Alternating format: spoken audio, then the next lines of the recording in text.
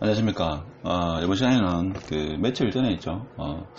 김현미 국토부 장관이 모 프로에 나와가지고, 김종배의 시선 집중입니까? 거기 나와가지고, 부동산 정책에 대해서 있죠. 국민들이 궁금해하는 것을 이제 질문 형식으로 이렇게, 짧게 15분 정도 이렇게, 대담했는 풀 영상을 제가 한번 봤습니다. 보고 며칠 사이에 있죠. 이 정부 어떤 정책이라든지 예전에 노무현 정부 시절에 부동산 정책을 관여했던 청와대이죠. 참모진의 어떤 신문기사나 이런 것을 쭉 봤을 때, 이 부동산은 정치다. 물론 이제 대부분도 그렇게 말씀하시는 분이죠. 부동산은 경제가 아니고 부동산은 정치다. 자, 이런 생각을 더더욱 하게 됐고, 지금 이런 어떤 현 정부에서는 이 부동산 정책은 잡히지 않을 것 같습니다. 아무리 봐도. 지금 사실 저는 이제 얼마 전까지만 하더라도 8월 이후에 분양권 전매 금지 이게 나오면 좀 부동산이 식고 이제 어느 정도 잠잠해지지 않겠는가 이런 생각을 했는데, 사실 며칠 전에 있죠. 우리 장관님, 국토부 장관님이 인터뷰하는 거를 제가 어제 봤습니다. 보고 나서 드는 생각이, 이 부동산 이거 잡히지 않겠구나. 이 정권이 끝날 때까지 이게 일단은 우상향을 하겠구나. 어떻게든 저는 개인적인 생각입니다. 그렇지 않을 수도 있습니다. 이것은 지역에 따라 다르기 때문에 특정 지역에 공급이 엄청나게 많으면 그 지역은 분명히 하락할 겁니다. 근데 대한민국 전반적으로 봐서는 이 부동산이 꺾이지 않을 것 같다. 이런 생각이 이 장관님이 그때 나와셔가지고 하는 말씀을 듣고, 그 다음에 청와대 이전에 노무현 정부 시절에 거기 청와대에 있었던 분이 인터뷰 기사를 보고 있죠. 제가 드는 생각이, 이거 쉽지 않겠구나. 저는 사실 8월 이후부터 해가지고 조금 이렇게 부동산이 식기를 좀 무릇하게 과도하게 폭락하거나 이런 걸 원하지 않았고, 어떻게 보면 좀 물가 상승률 정도, 한 1%에서 3% 정도, 이렇게 점진적으로 상승하는 게 모든 국민들을 위해서 좋지 않겠나. 저는 그렇게 생각했는데, 지금 정책의 기조나 어떤 장관님의 어떤 이 부동산을 보는 시각이나 현 정권의 시각을 봐서는 이게 쉽게 잡힐 것 같지는 않습니다. 그러니까 이게 풍선 효과가 계속 일어날 것 같고, 그래서 이 부동산은 이 정권이 끝이 날 때까지 제가 볼 때는 계속 어떤 일반 서민들의 어떤 걱정거리와 현 정권도 어찌할 수 없는 그런 딜레마가 되지 않을까, 저는 그런 생각을 해봅니다. 자, 왜 그런지 일단 하나씩 보면, 김현미 장관이 이제 인터뷰할 때 가장 아쉬웠던 부분이, 그러니까 뭐라고 이야기하는가 하면, 청와대 고위 공무원들이 지금 다주택자다 이거죠. 이 두 채 이상. 그래서 김현미 장관도 아쉽다 이거죠. 청와대에서도 되도록이면 파십시오 이렇게 해도 안 판다 이거죠. 자, 이 말이 무슨 말이냐? 자, 청와대 참모진도 팔지 않는다 이거죠. 두 채 혹은 세 채, 네 채 있겠죠. 그러면 일반 서민들 보고 뭡니까? 많은 규제를 해가지고 아파트를 팔아라 한들 그 사람들이 팔겠습니까? 일반 국민들이 제가 볼 땐 팔지 않습니다. 그렇죠? 청와대나 고위 공직자가 솔선수범해가지고 해야 되는데, 그 사람들이 하지 않는데, 아무리 정부에서입니까? 규제나 여러 가지 대출 규제나 아니면 세금, 정책 규제를 통해 가지고 집을 파십시오로 하는 시장에 메시지를 보낸다 한들, 일반 국민들입니까? 이제 인터넷 세상이라서 모든 게 다 오픈되죠. 그래서 제가 볼 때는 이 정권이 쉽지 않겠구나 이런 생각이 듭니다. 물론 마지막에 김현미 장관이 했던 말이 제가 볼 때는 결정타가 아니겠나 그런 생각을 합니다. 그래서 끝까지 들어보시면 좀 이해가 되시리라 그래 봅니다. 그 다음에 또 김현미 장관이 인정한 것 중에 한 개가 뭔가 하면 이겁니다. 뭔가 하면 여기 아니고 김현미 장관이 뭘 인정했는가 하면, 지금 현재 있죠. 집값이 잡히지 않는 이유 중에 김현미 장관이 스스로 인정한 게 뭔가 하면, 김현미 장관도 우려한 유동성입니다. 제가 저번에 늘 말씀드렸지만, 지금 현 정부는 뭡니까? 어떻게 보면 좀 딜레마라고 볼 수 있는데, 지금 코로나 사태로 해가지고 수출도 안 되죠. 우리나라는 수출 주도인데 수출도 안 되는 상황에서 지금 내수 경기도 상당히 어려운 상황입니다. 자, 이런 상황에서 이 정권의 기조가 부동산만은 반드시 잡겠다. 불로소득이라고 인식되는 이 부동산 수익은 반드시 잡겠다라고 모든 규제 칼날을 오른손에 뭡니까? 칼을 쥐고 휘두른다 이거죠. 근데 뭔가 하면 지금 코로나 사태뿐만 아니라 그 이전에 경기가 조금 침체되고 어렵다 이래가지고 경제를 살리기 위해서입니까? 왼쪽에 지금 한국은행이나 아니면 정부 재정정책을 통해 가지고 돈을 엄청나게 풀고 있죠. 자, 그래서 오른쪽에는 이제 부동산으로 가지 말라고 모든 규제를 다 하지만 왼쪽에는 돈을 엄청나게 풉니다. 그럼 돈을 풀면 그 돈을 누가 가지느냐? 일반 국민들이 가진다 이거죠. 그러니까 국민들이 바보가 아니다. 지금같이 불확실성이 많은 이런 시기에 그나마 안전자산이라고 봤던 게 뭡니까? 금이나 달러겠지만 금이나 달러를 통해 가지고 부자 된 사람은 A를 통해서 없었다. 그렇죠?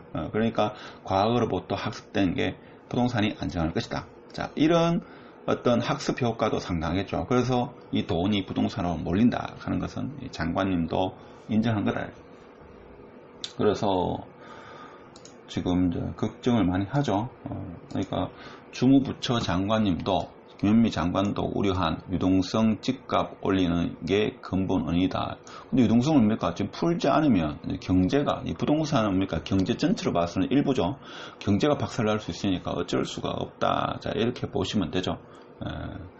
그래서 이 저금리, 초저금리 상황에서 우리가 어떤 정책을 잘못한 게 아니고 제가 봐도 지금 정책이 부족한 게 아닙니다. 그렇죠. 정책은 지나치게 과도할 정도로 이게 어떻게 보면 좀 핀셋적으로 나가죠. 제가 아는 부동산에 관심 있는 분은 저도 공감을 하는데 이게 전국적으로 있죠. 규제를 동일시해 가지고 이렇게 하지 않는다면 지금 이 부동산을 잡을 방법이 없다 이렇게 말씀하시는 분도 적지 않습니다. 저도 상당 부분 그에 대해서 공감을 하고 그래서 이러다 보니까 이제 부모 세대가 뭡니까? 60대 50대 후반 60대 이런 사람이 뭔가 하면 자기 자식이 이제 20대 30대 초반이 되거죠. 그러면 이 친구들한테 뭔가 집을 그게 평수가 크든 작든 간에 집 한 채는 있어야 된다 이거죠. 그래서 집을 사라라고 이렇게 암묵적으로 이야기하거나 명시적으로 이야기합니다. 그러면 이 30대가 어떻게 하는가 하면 지금 현재입니까? 자, 평생 뒤처질 수 있다라는 이런 어떤 위기감, 조바심 때문에 뭔가 하면 지금 주담대 대출 1위는 초조한 30대다 이거죠.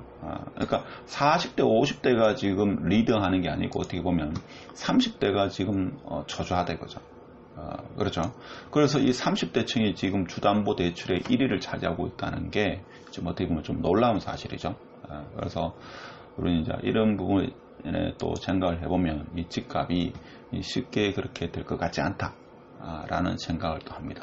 그 다음에 또 결정적으로 뭔가 하면 이 조기숙 선생이라고 저도 얼굴 앞면에 좀 보이는데 이 문 대통령 부동산 인식 정확한지 점검 필요 이렇게 이야기했습니다. 자, 이 사람이 노무현 대통령 시절에 홍보 수석을 했는가 그렇다고 합니다.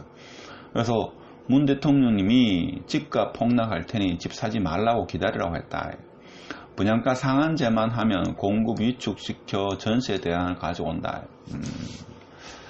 그렇죠. 그러니까 분양가 상한제를 하면 아파트 가격, 새로 분양하는 가격을 분양가 상한제를 하면 기존 아파트도 이렇게 떨어질 거다. 이렇게 정부는 인식한다. 근데 결과적으로 뭡니까? 자, 주변 아파트가 평당 만일에 예를 들면 한 7천만 원 정도 하는데 7천에서 요즘 1억 하죠. 서울 쪽에는.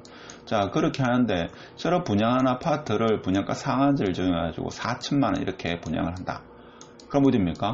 지금 정부 인식과는 다르게 역설적으로 어디입니까? 이 아파트를 분양을 받으면 로또 아파트가 됩니다. 그렇죠? 그래서 인식에 지금 문제가 있다라고 여당의 대학 선생이 지금 이런 이야기를 하고 있죠. 그래서 문정부 공직자 다주택자가 많아 충격이다. 신이 내린 정당이 됐다. 예전에 뭡니까? 노무현 정부 시절에는 그렇게 다주택자가 많지 않았습니다. 그런데 이번 정부 공직자는 다주택자가 많다 이거죠. 대통령이 팔으라 해도 팔지 않는다. 하긴 대통령이 판다고 해가지고 장관 자리를 내놓겠지. 집을 팔겠습니까? 그러다 보니까 이 집값이 안 잡힌다. 의외로. 그렇죠. 그러니까 어떤 보면 주무부처에서는 여러 가지 규제를 하지만 정부 고위 공직자는 팔지 않는다. 국민들이 그걸 보고 뭡니까? 아니 고위 공직자가 팔지 않는데 내가 왜 파냐 이런 생각을 할 수 있는 거죠. 그래서 또 장관님이 말씀하신 대로 제가 볼 때는 규제가 많긴 하지만 뭡니까 왼쪽에 엄청나게 많은 유동성을 공급하는 그 사실을 주무장관도 알고 있다. 자, 그래서 제가 볼 때는 이런 결론을 오늘 도달하게 됐습니다. 향후 집값은 있죠. 좀 크게 볼까요? 서식 가지고 지금 제가 볼 때는 이런 형국이 되지 않겠는가, 저는 그런 생각을 해봅니다. 물론 뭐 어디까지나 개인적인 생각이니까 참고만 하십시오.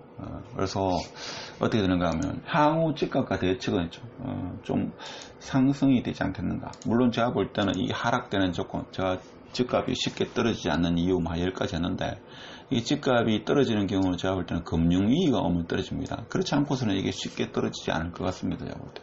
금융위기가 오면 모든 것은 끝납니다. 그냥.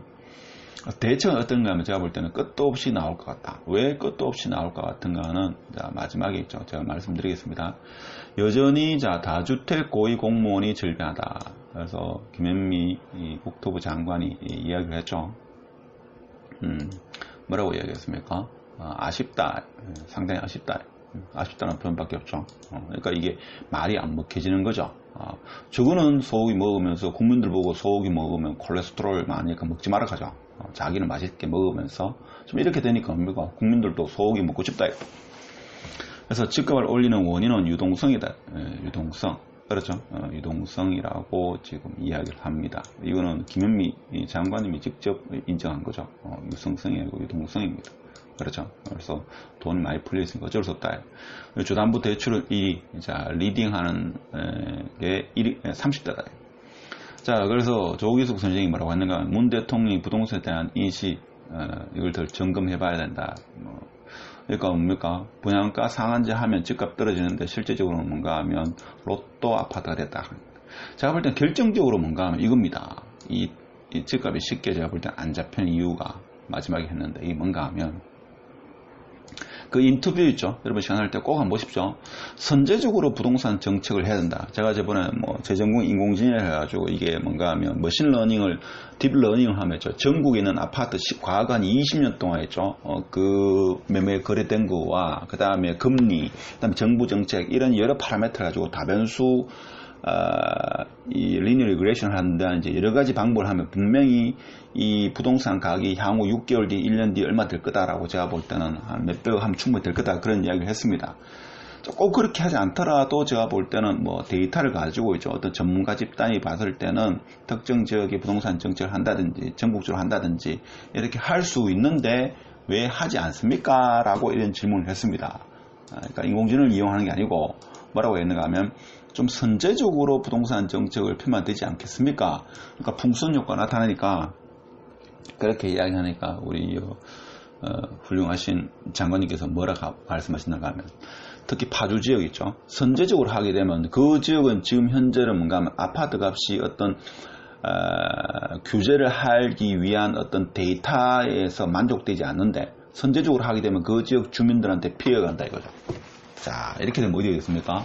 이렇게 되면 뭔가 하면 지금 현재와 같은 이런 규제가 계속적으로 나온다. 그렇죠? 우리나라 지도가 지금 이렇다고 보면, 자, 어떻습니까? 자, 서울, 경기도 일부 지역하고 충청도 하고, 자, 대구, 수성구로 되어 있습니다. 자, 규제적입니다, 이게. 그럼 풍선 효과가 나옵니까? 나는 지역마다 또 규제, 이렇게 계속 들어간다 이거죠. 그러니까 규제가 제가 볼 때는 끝이 없다. 그러니까 마인드가 어떻게 보면 저는 처음 알았습니다. 그래서 사실 저는 이걸 전국적으로 동일시하면 잡힐 건데 왜 하지 않지 하는데 어떻게 보면 그 지역 선제적으로 할 수 없는 게 그 지역은 지금 현재 데이터로 봐서는 뭡니까? 미분양도 있고 어떻게 보면 미분양도 아직 남아있고 아파트 가격이 그렇게 오르지 않았다 이거죠. 그 지역이 풍선 효과가 일어날 걸 미리 예측을 해가지고 선제적으로 할 수 없다. 그렇게 하면 그 지역 주민들은 피해를 본다 이거죠. 자, 이렇게 되면 앞으로 정책은 끝도 없이 나올 것이다. 저는 그런 생각을 합니다. 물론 그렇지 않을 수도 있겠지만 하여튼 오늘 부동산은 정치가 아닐까 이런 생각을 누구나 다 아는 사실이지만 이런 시간을 한번 가져봤습니다. 마치도록 하겠습니다.